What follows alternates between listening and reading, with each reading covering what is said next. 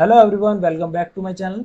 आज की क्लास के अंदर हम क्या करने वाले हैं, अपना चैप्टर नंबर 1 इंट्रोडक्शन। ये हमारी माइक्रो इकोनॉमिक्स की बुक का चैप्टर नंबर 1 है, इंट्रोडक्शन।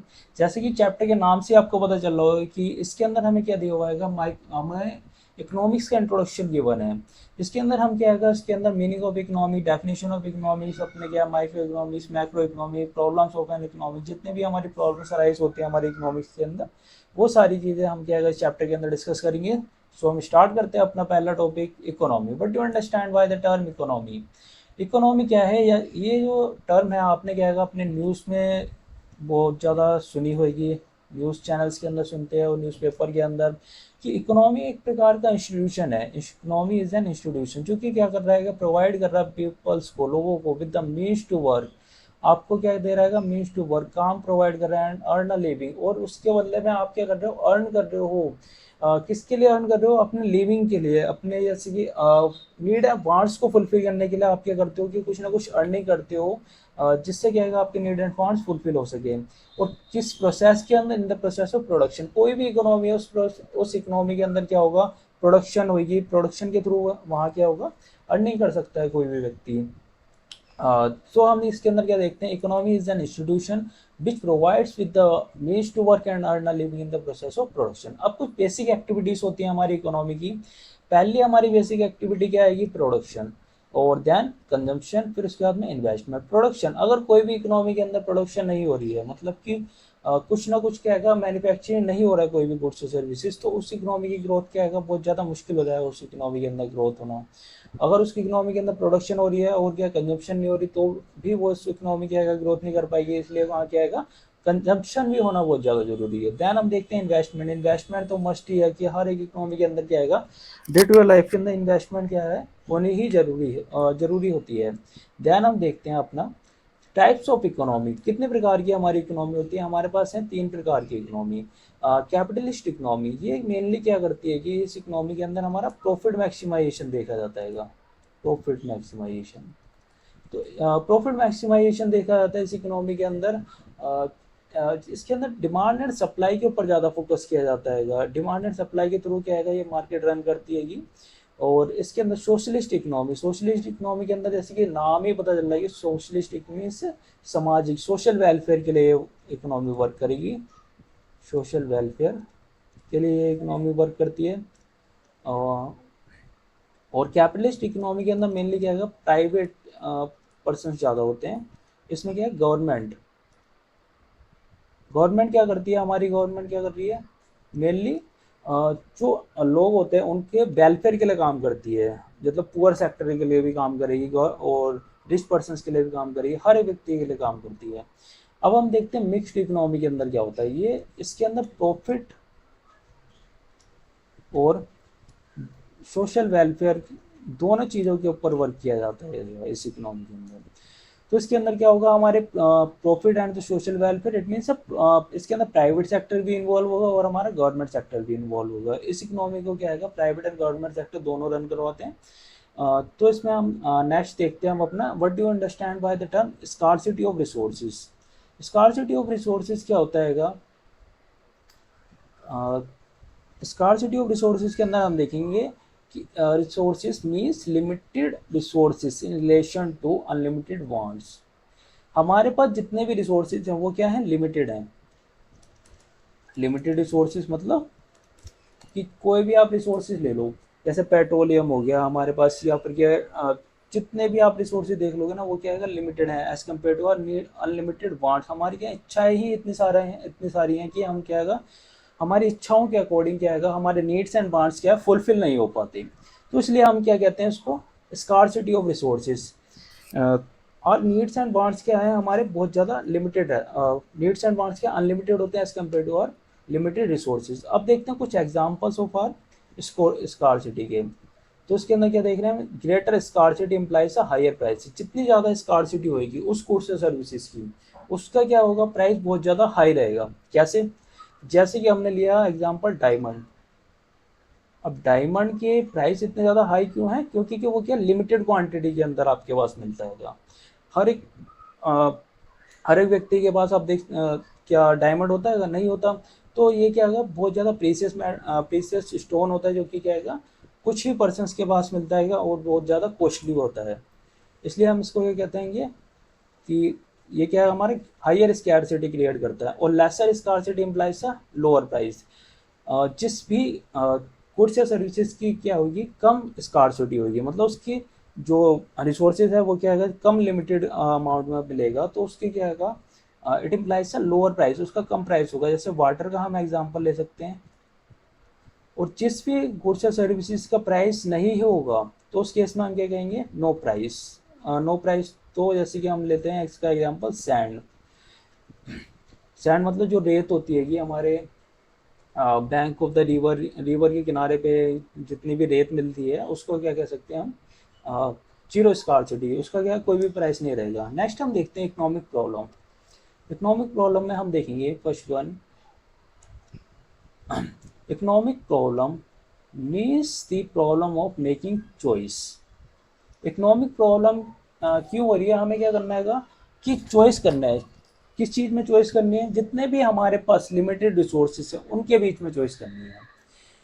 अब ये कैसे अराइज हो रही है, occurs because of the scarcity of resource. और स्कार्सिटी ऑफ रिसोर्स, हमने स्कार्सिटी पढ़ी, स्कार्सिटी के अंदर क्या था, हमारे पास लिमिटेड रिसोर्सेज है as compare to our unlimited wants. हमारी इच्छाएं बहुत ज़्यादा है as compare to our limited resources के कंपैरिजन में। तो इसलिए हम क्या कह रहे हैं कि हमारे पास जितने भी लिमिटेड रिसोर्सेज को आप कैसे यूटिलाइज करोगे, कैसे, कौन से गुड्स सर्विसेज को आपको अर्जेंट नीड है, कौन से गुड्स सर्विसेज की आपको क्या है अर्जेंट नीड नहीं है, उसके अकॉर्डिंग आप क्या करोगे, चूज करना पड़ेगा आपको on limited resources के अंदर। it arises because people have unlimited wants, क्योंकि अब people के पास क्या है, unlimited wants हैं, but means to satisfy them are limited, लेकिन जो उनको satisfy करने के लिए resources हैं वो क्या है, बहुत ज़्यादा कम है।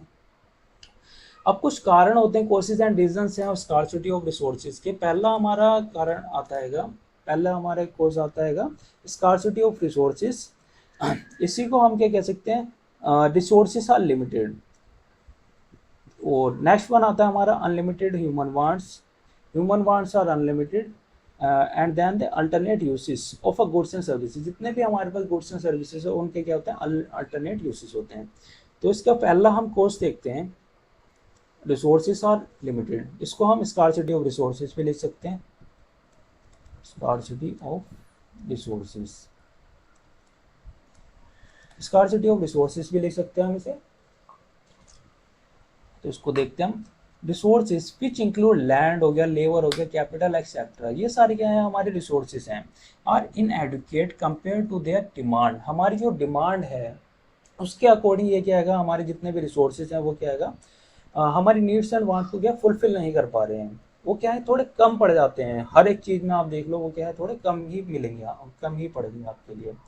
And the economy can not produce all that people want. और इसलिए इकोनॉमी क्या है, हर एक रिसोर्सेज को क्या है, उनको प्रोवाइड नहीं कर पाती है। हर एक पीपल के लिए जितने भी हमारे पास लिमिटेड रिसोर्सेज हैं वो हर एक पीपल के लिए नहीं हो पाएंगे सफिशिएंट। नो कंट्री, कोई भी, अब देखते हैं हम, कोई भी कंट्री क्या है, has enough resources to satisfy all their peoples want. कोई भी इकोनॉमी ले लो, उसके पास क्या है, इनफ रिसोर्सेज है ही नहीं। सभी इकोनॉमी के अंदर कुछ ना कुछ रिसोर्सेज की क्या है, कमी देखने को मिलेगी, वहाँ पर लिमिटेड क्वांटिटी में देखने को मिलेंगे। जैसे हम ले लें अमेरिका को, अमेरिका क्या है, सुपर पावर है। अब वहाँ क्या देखते हैं हम, ऐसा more of land and capital, वहाँ बहुत ज़्यादा लैंड या फिर कैपिटल आप देखने को मिलेगा। लेकिन वहाँ एक चीज़ की कमी है, किस चीज़ की, लेबर की कमी है वहाँ पर। लेकिन वहीं अगर हम देखें इंडिया के पास क्या है, कैपिटल नहीं है, लेकिन यहाँ क्या है, मोर ऑफ लेबर है बट लेस ऑफ कैपिटल है। ज़्यादा यहाँ पर क्या है, लेबर ज़्यादा है लेकिन क्या है, कैपिटल बहुत कम है। अब नेक्स्ट हम देखते हैं, नेक्स्ट हमारा आता है unlimited human wants. Human wants are unlimited. तो इसमें क्या देख रहे हैं हम, there is no end to human wants. Human wants का कोई भी अंत नहीं है। अगर मान लो एक वांट, मतलब एक आपकी इच्छा खत्म, एक इच्छा आपकी क्या है, सेटिस्फाई होती है, तो थोड़ी देर बाद आपकी क्या, another wants grow up and this goes endlessly. और ये क्या है, लगातार बेस पे चलती रहेगी एंड तक, जब तक आपका जीवन है, जब तक क्या है, ये आपकी जो इच्छा है वो क्या लगातार बेस पे चलती रहती हैं। फॉर एग्जाम्पल हम लेते हैं, for example suppose you want to bike, आपको क्या है, एक बाइक लेनी है। हाँ, बट आफ्टर सेटिस्फैक्शन, अगर मान लो आपने बाइक भी ले ली है, तो उसके बाद में देन आपकी क्या है, अनोदर अनोदर चीज़ों के लिए आपकी क्या है सेटिस्फेक्शन और ज़्यादा अराइज होने लगेगी। कि आपने बाइक ले ली, फिर उसके बाद में आपको होगा मेरे को क्या कार लेनी है, फिर उसके बाद में ध्यान क्या आएगा और भी ज़्यादा कमोडिटीज़ के लिए आपकी क्या आएगा वांट्स क्या है इंक्रीज होते चले जाएंगी। Some wants are more important and urgent than other, for this reason people allocate their resources. कुछ क्या आएगा वांट्स क्या है बहुत ज़्यादा अर्जेंट होती हैं, कुछ वांट्स क्या है अर्जेंट है, और कुछ वांट्स को हम क्या कर सकते हैं बाद में उसके अ, अ, उसको क्या आएगा लास्ट में या फिर आगे के समय के लिए हम क्या है उसको यूज़ करने के लिए क्या है उसको डिले भी कर सकते हैं कुछ नीड्स एंड वांट्स को। तो उस केस में हम क्या कर सकते हैं चूज़ करना पड़ता है हमें किस चीज़ की अभी नीड है, किस चीज़ की हमें ज़रूरत है, इसलिए हम क्या है उसके बीच में चूज़ करेंगे जो भी हमारे पास रिसोर्सेज हैं, लिमिटेड रिसोर्सेज हैं उनमें। देन हम देखते हैं अल्टरनेट यूसेस। अल्टरनेटिव यूसेस होगा गुड्स एंड सर्विसेज। अब आप देख लो जितने भी हमारे पास गुड्स एंड सर्विसेज हैं उनमें से बहुत सारे गुड्स एंड सर्विसेज कैसे होते हैं जिनमें क्या आपके पास क्या है उसमें अल्टरनेट यूसेस हैं। It means that a resources can be used for many purposes. आपका जो भी रिसोर्स है उसमें क्या आएगा आप एक ही गुड्स या सर्विसेज का अलग अलग तरीके से इस्तेमाल कर सकते हो। बट लेकिन इसके पीछे एक दिक्कत आती है, but resources can be used for one purpose at a time. एक पर्पस पे आप सिर्फ और सिर्फ एक ही रिसोर्सेज का इस्तेमाल करोगे। जैसे हम देख लेते हैं for example sugar cane can be use in various ways in industries, it is use to make a rum sugar biofuel etcetera, है ना। अब हम देखते हैं एग्जाम्पल कि आप क्या एक रिसोर्सेज का कैसे इस्तेमाल करोगे। जैसे कि एक फार्मर के पास लैंड है, अब उस लैंड के अंदर वो क्या कर सकता है या तो वीट उगा ले उसी उसी समय पे, या तो वो वीट उगा ले या फिर वो राइस उगा ले उसी लैंड के ऊपर। एक ही समय पे वो क्या है वीट भी उगा सकता है या फिर राइस उगा सकता है। तो हम क्या देख रहे हैं कि लैंड तो एक ही है, उस पर वो क्या वीट भी उगा सकता है राइस भी उगा सकता है। लेकिन ये भी और इसके साथ में ये क्या कह रहे हैं but resources can be use for one purpose at a time. एक समय पे क्या है एक ही रिसोर्स वो क्या है प्रोडक्शन कर सकता है उसकी। देन हम देखते हैं features of a resources. Resources के क्या क्या फीचर्स होते हैं। दे आर लिमिटेड, ये क्या होते हैं लिमिटेड होते हैं। दे हैव अल्टरनेट यूसेज, इसके क्या है अलग अलग तरीके से हम क्या है इसका इस्तेमाल कर सकते हैं। Features of a human wants के क्या क्या फीचर्स हैं। They are unlimited and differ in priorities. ये क्या होते हैं अनलिमिटेड होते हैं और अलग अलग तरीके से इनकी क्या है प्रायोरिटीज होती हैं ह्यूमन वांट्स की। अब देखते हैं meaning of economics, but to understand by the term अभी हमने जितना भी पढ़ा हैगा इकोनॉमिक प्रॉब्लम के अंदर वो सारे का उसका हम क्या कहें एक कंक्लूजन कहें तो वो क्या रहेगा हमारा इकोनॉमिक्स। मीनिंग ऑफ इकोनॉमिक्स के अंदर हम देख सकते हैं economics is a social science. Economics क्या है सोशल साइंस है, सामाजिक विज्ञान है, हमें सभी को पता है। विच स्टडीज जो कि स्टडीज कर the way a society which chooses limited resources.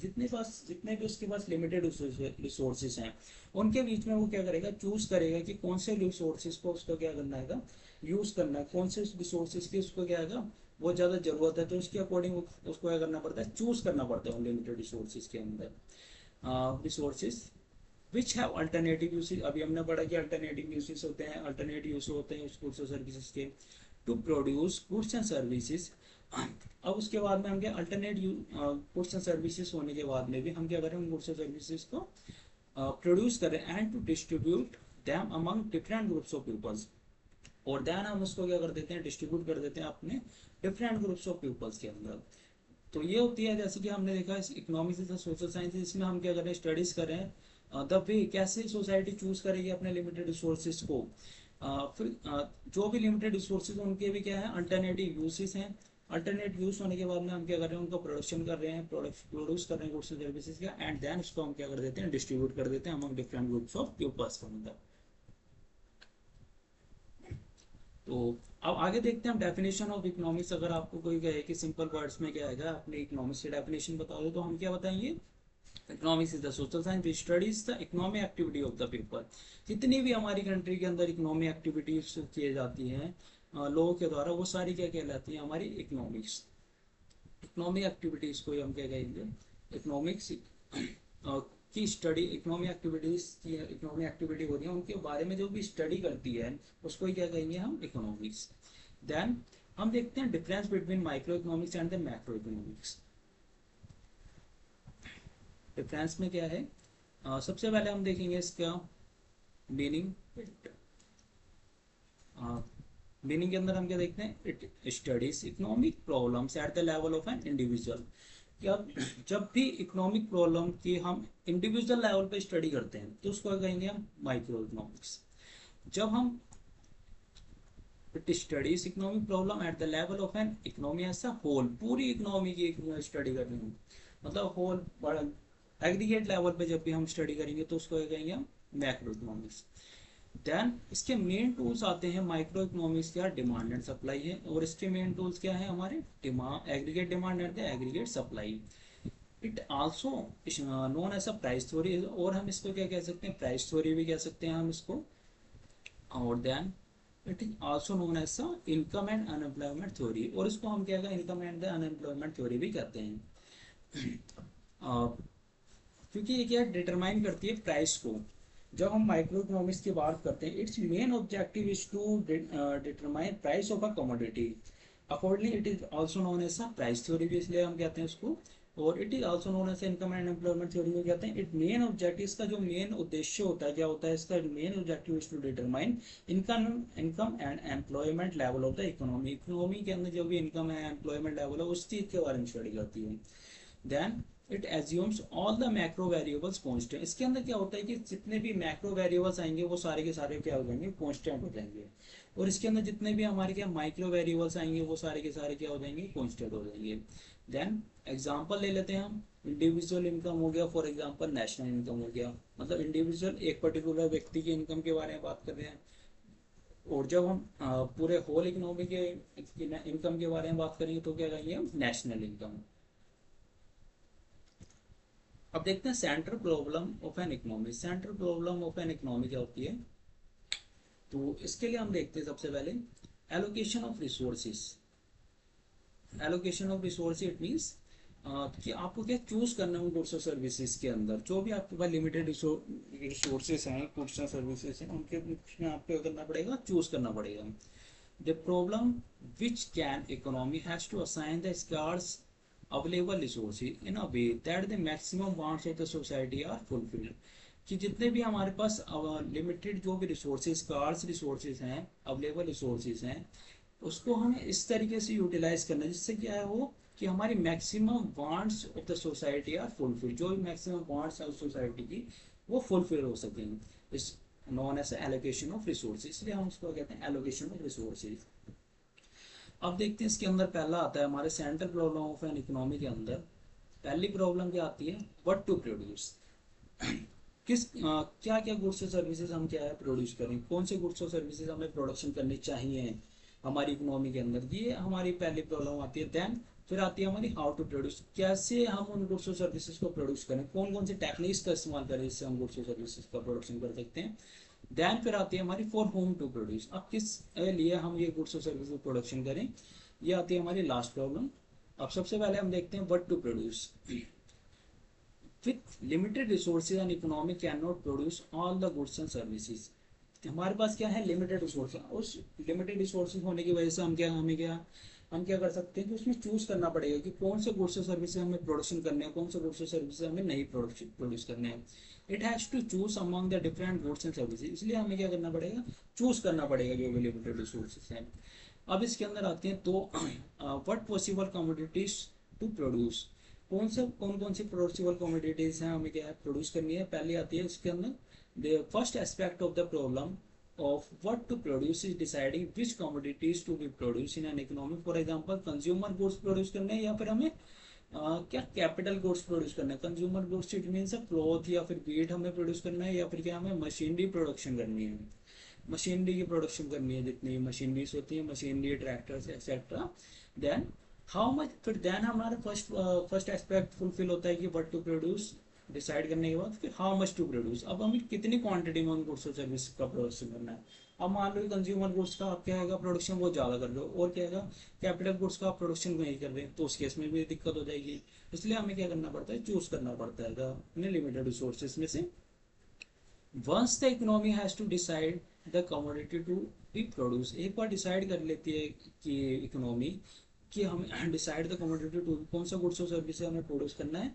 Then it has to decide the quantity of each selected commodity to be produce.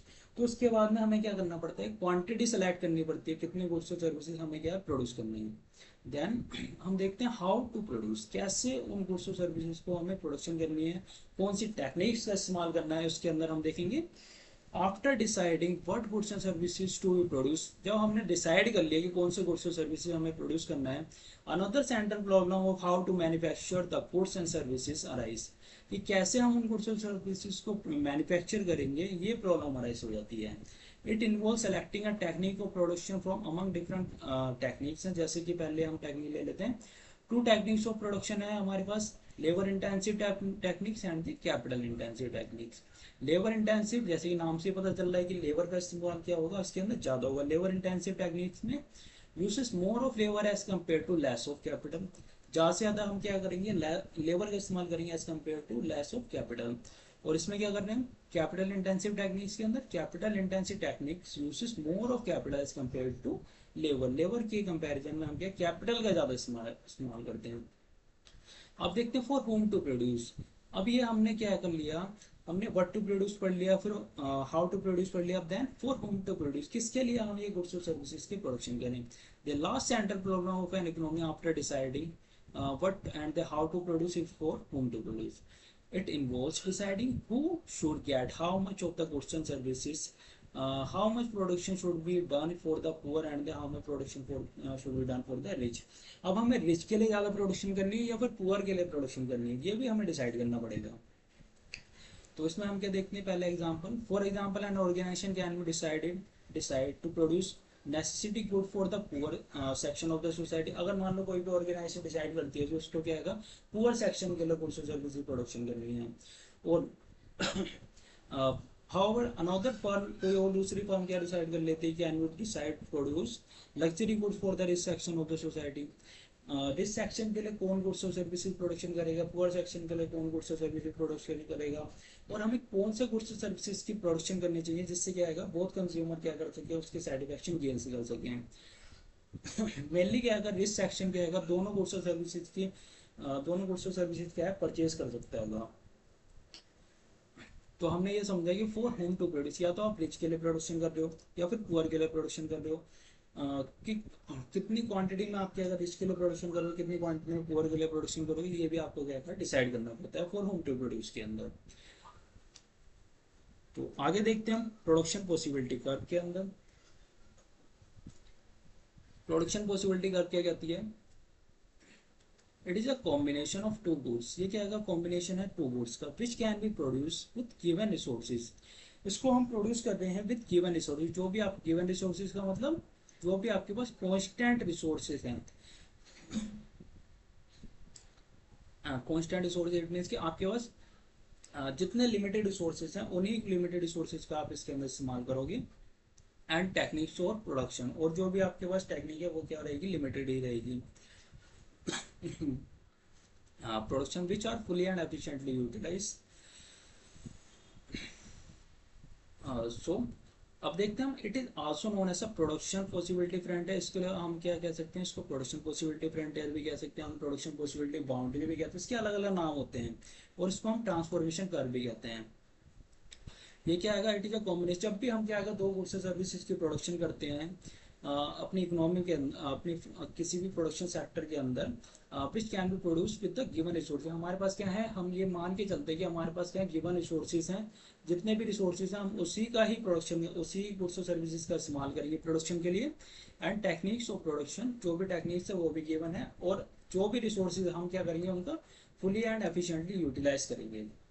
अब कुछ एजम्पशंस हैं ओपीपीसी की, हम क्या मान के चलते हैं, एजम्पशन का मतलब होता है मान के चलना, कि ओ पीपीसी के अंदर हम जब भी हम क्या है पीपीसी की बात कर रहे हैं तो हम कुछ मान के चलते हैं कि limited resources in an economy, हमारी जो पास जो भी रिसोर्स इकोनॉमी है उसके पास क्या है, लिमिटेड रिसोर्सेज हैं, और जो resources are fully and efficiently utilised, और जितने भी रिसोर्सेज हैं वो क्या होने चाहिए, फुली एंड एफिशिएंटली यूटिलाइज होने चाहिए। Production of only two goods, इसके अंदर क्या किया गया, सिर्फ और सिर्फ दो ही गुड की प्रोडक्शन की गई है, लेकिन हमारी इकोनॉमी के अंदर बहुत सारे गुड्स की सर्विसेज की प्रोडक्शन होती है, लेकिन ये मान के चल रहे हैं सिर्फ दो ही गुड की प्रोडक्शन कर रहे हैं हम। एक resources are not equally efficient in production for both the good, दोनों गुड के लिए क्या है, रिसोर्सेज क्या है हमारे, एफिशिएंट नहीं है। जैसे कि अगर मान लो एक गुड की आप प्रोडक्शन इंक्रीज करते हो, एक गुड की प्रोडक्शन इंक्रीज करते हो एक्स गुड की, तो आपको वाई गुड की प्रोडक्शन क्या करनी पड़ेगी, डिक्रीज करनी पड़ेगी। दोनों गुड आप क्या साइमल्टेनियसली इंक्रीज नहीं कर सकते। देन हम देखते हैं जो टेक्नोलॉजी है वो क्या अनचेंज है, technology are give is given and unchange. अब देखते हैं प्रोडक्शन पॉसिबिलिटी कर्व क्या होता है हमारा, प्रोडक्शन पॉसिबिलिटी शेड्यूल क्या है। तो इसमें हम देखेंगे जैसे कि इसमें गिवन है, हमने क्या लिए पॉसिबिलिटी ली है, फर्स्ट पॉसिबिलिटी है हमारी ए पॉसिबिलिटी। ए पॉसिबिलिटी के अंदर क्या कह रहे हैं, गन्स की हम प्रोडक्शन कर रहे हैं 15 यूनिट्स, हम क्या है गन्स की प्रोडक्शन कर रहे हैं। और बटर की प्रोडक्शन क्या कर रहे हैं उस केस, केस में 0। ठीक है। अब देन बी केस में हम क्या कर रहे हैं, बी पॉसिबिलिटी के अंदर हम क्या कह रहे हैं, गन्स की प्रोडक्शन कर रहे हैं 14 यूनिट्स एंड द बटर की प्रोडक्शन कितनी कर रहे हैं, 1 यूनिट। और सी केस में हम क्या देखते हैं, सी पॉसिबिलिटी के अंदर 12 कर रहे हैं हम गन्स की प्रोडक्शन, बटर की कर रहे हैं 2। एंड देन ऐसे क्या है, ये चलती रहती है। ऐसे क्या है, हमारी गन्स की प्रोडक्शन हो रही है, बटर की प्रोडक्शन हो रही है। आपको एक चीज़ ये देखने को मिल रही होगी कि हम क्या है, गन्स की प्रोडक्शन जब इंक्रीज कर रहे हैं, और गन्स की प्रोडक्शन हम क्या कर रहे हैं, डिक्रीज कर रहे हैं। जैसे 15 हो गया, 14, 12, 9, 5, हम क्या है गन्स की प्रोडक्शन डिक्रीज करते चले जा रहे हैं। और बटर की प्रोडक्शन उसी केस में क्या हो रही है, इंक्रीज होते चले जा रही है। 1 2 3 4 5 6 7 8 9 5 तक हमारे क्या बटर की प्रोडक्शन क्या इंक्रीज करते चले जा रहे हैं।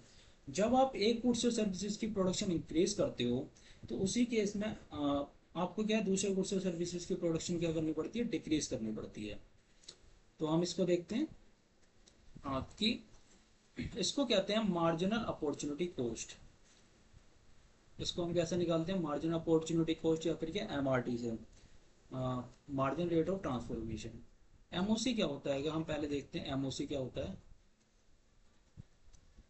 एमओसी क्या है, MOC marginal opportunity cost.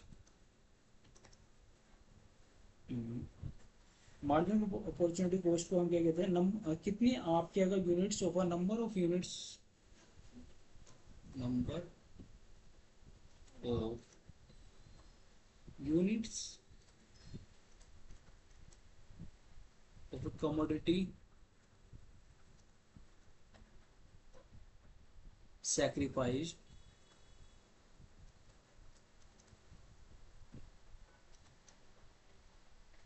to gain an additional unit।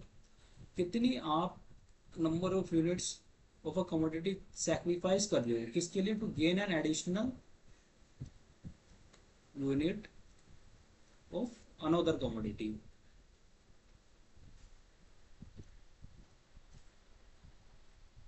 दूसरी कमोडिटी को गेन करने के लिए आप कितनी यूनिट क्या आएगा सेक्रीफाई कर रहे हो। जैसे कि इसके अंदर हम क्या करते हैं, सेक्रीफाइस कर रहे हैं 15 से 14 आ गए, है ना।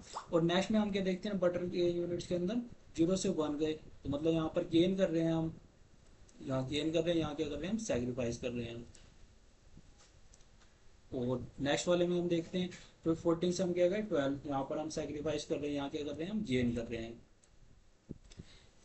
और देन इसमें भी हम क्या सेक्रीफाइस कर रहे हैं, इसमें क्या कर रहे हैं, गेन कर रहे हैं, सेक्रीफाइस गेन, सेक्रीफाइस गेन। अब मार्जिनल अपॉर्चुनिटी कॉस्ट का क्या होता है, एक फॉर्मूला होता है, उसको हम कैसे निकाल सकते हैं, MOC, MOC equal to change in, कितना आप क्या कर रहे हो, इसके अंदर हम क्या देख रहे हैं, चेंज इन गेन्स अपॉन में चेंज इन सेक्रीफाइस, कितना आप गेन कर रहे हो एज कम्पेयर टू कितना आप क्या कर रहे हो, सेक्रीफाइस कर रहे हो।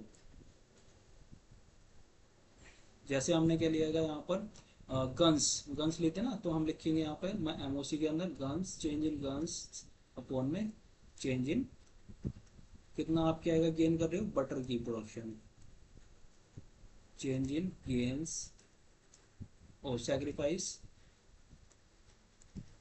अपॉन में चेंज इन गेन। मैं इसको दोबारा से लिख देता हूँ थोड़ा,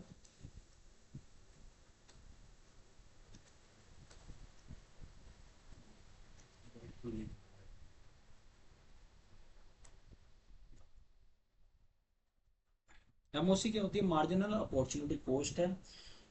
तो इसमें हम क्या देखते हैं, MOC refers to the loss of output of a good Y. अगर मान लो कि लॉस कर रहे हैं हम output of a good Y का, for producing an additional unit of a good X. अगर एक्स की प्रोडक्शन को एडिशनल यूनिट को गेन करने के लिए हम क्या कर रहे हैं, loss of a good Y की प्रोडक्शन को हम गेन करते हैं, तो उसको हम क्या कहते हैं, एमओसी, मार्जिनल अपॉर्चुनिटी कॉस्ट। इसको हम लिखते हैं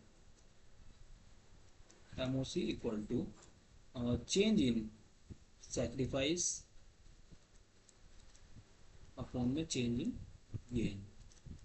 जैसे हम इसमें ये वाले केस में क्या कर रहे हैं, हम गन्स सैक्रिफाइस कितना कर रहे हैं, हम गन्स के अंदर हम सैक्रिफाइस कर रहे हैं चेंज इन गन्स अपॉन में चेंज इन बटन।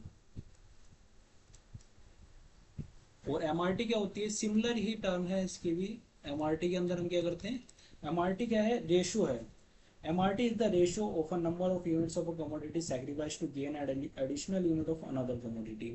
इसके अंदर हम क्या कर रहे हैं, रेशो लेते हैं, कितना यूनिट आप क्या सैक्रिफाइस कर रहे हो, कितना यूनिट आप क्या कर रहे हो, change in sacrifice ratio change in gain. ये क्या होता है, इसको हम रेशो के टर्म में डिनोट करते हैं। अब हम देख लेते हैं इसके अंदर एमआरटी हमारा कैसे निकला हुआ है। फर्स्ट केस में तो हमारा कॉन्स्टेंट ही रह जाएगा। नेक्स्ट केस में हम देखते हैं इसके बीच में कितने का डिफरेंस आ रहा है, 1 का, और इसमें कितने का डिफरेंस आ रहेगा, 1 का। इसमें हम लिखेंगे 1:1, 1 guns ratio 1 B, 1 butter. Next में हम देखते हैं 2 यूनिट्स का इसके अंदर डिफरेंस आ रहा है, तो यहाँ क्या लिखना है, 2 गन्स रेशो 1 बी। देन इसके अंदर थर्ड क्या कर रहे हैं, हम सेक्रीफाइस कर रहे हैं, 3 गन्स सेक्रीफाइस टू गेन है एडिशनल यूनिट, कितने गेन रहे हैं, 1 बटर की। ऐसे क्या प्रोसेस चलती रहेगी। अब हम देखते हैं अपना प्रोडक्शन पॉसिबिलिटी कर्व क्या होता है।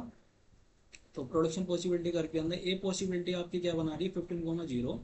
तो आप यहाँ देखो कि 15,0 की कहाँ बनेगा आपका, 15,0 देन बी पॉसिबिलिटी पे 14,1, 14,1, देन 12,2, ये है हमारा 12,2 सी। और फिर आएगा हमारा 9,3, ये 9,3,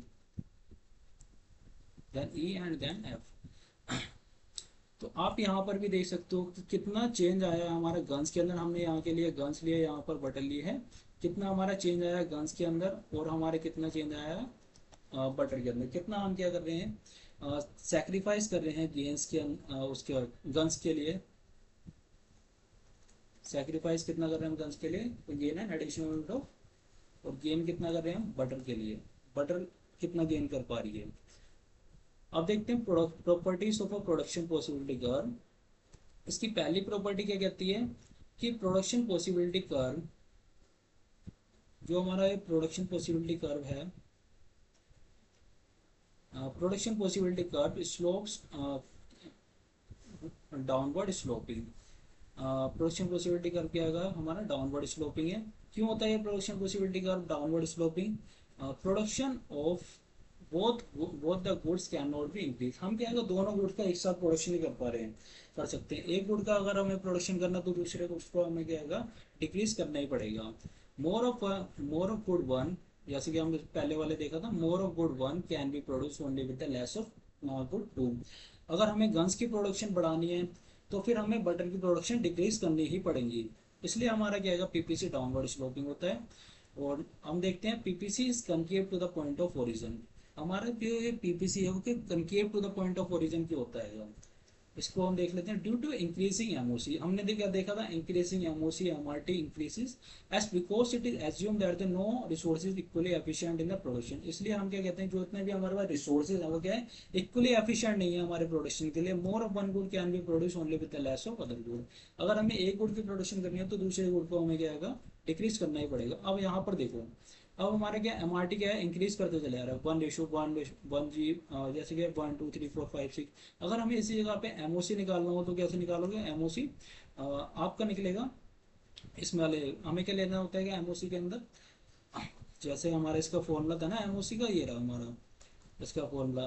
तो हमने क्या कर रहे हैं, कितनी यूनिट आप क्या सेक्रीफाइस कर रहे हो, फर्स्ट पे आप कितनी यूनिट सेक्रीफाइस कर रहे हो, 1, देन नेक्स्ट वाले पे 2 3 4 5 ये क्या आपका एमओसी क्या करते चले जा रहा है, इंक्रीज करते चले जा रहा है 1 2 3 4 5।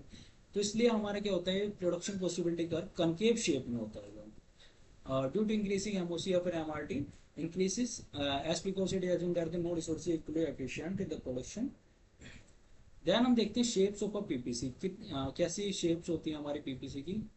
पहले शेप के अंदर हम क्या देखते हैं, कन्वेक्स पीपीसी। कन्वेक्स पीपीसी मतलब ओरिजिन से हमारा जो पीपीसी रहेगा वो क्या होगा, कन्वेक्स। अब ये क्यों होता है, ये हमारा एमओसी की वजह से होता है, एमओसी या फिर एमआरटी भी कह सकते हैं। इसमें क्या होता है हमारा जो एमओसी के अंदर क्या करेगा हमारा, फॉलिंग, एमओसी इज फॉलिंग। इसकी वजह से ही हमारा क्या है, जो पीपीसी कर्व की शेप है वो क्या होती है, कन्वेक्स होती है टू द ओरिजिन। अब नेक्स्ट वाली में देखते हैं हमारी क्या है, स्ट्रेट लाइन का होगी हमारी पीपीसी। जो हमारा एमओसी क्या होगा, एमओसी इज कांस्टेंट। कांस्टेंट क्या मतलब वो क्या होता है कि आपकी पीपीसी एमओसी की वैल्यू क्या आएगा, हर एक यूनिट पे क्या आएगी, 1 आएगी, 1 1 1, या फिर 2 2 2 भी आ सकती है, या फिर 3 3 3 भी। हर एक पॉसिबिलिटी पे आपकी जाएगा एमओसी की वैल्यू क्या आ रही है, कांस्टेंट आएगी। देन हम देखते हैं हमारे कनकेव शेप में क्या हुआ, अभी हमने देखा था कनकेव शेप में हमारा एमओसी क्या होना चाहिए, इस राइजिंग, राइजिंग या फिर इंक्रीजिंग। तो उस केस में हमारा क्या होता है, पीपीसी कनकेव शेप होता है।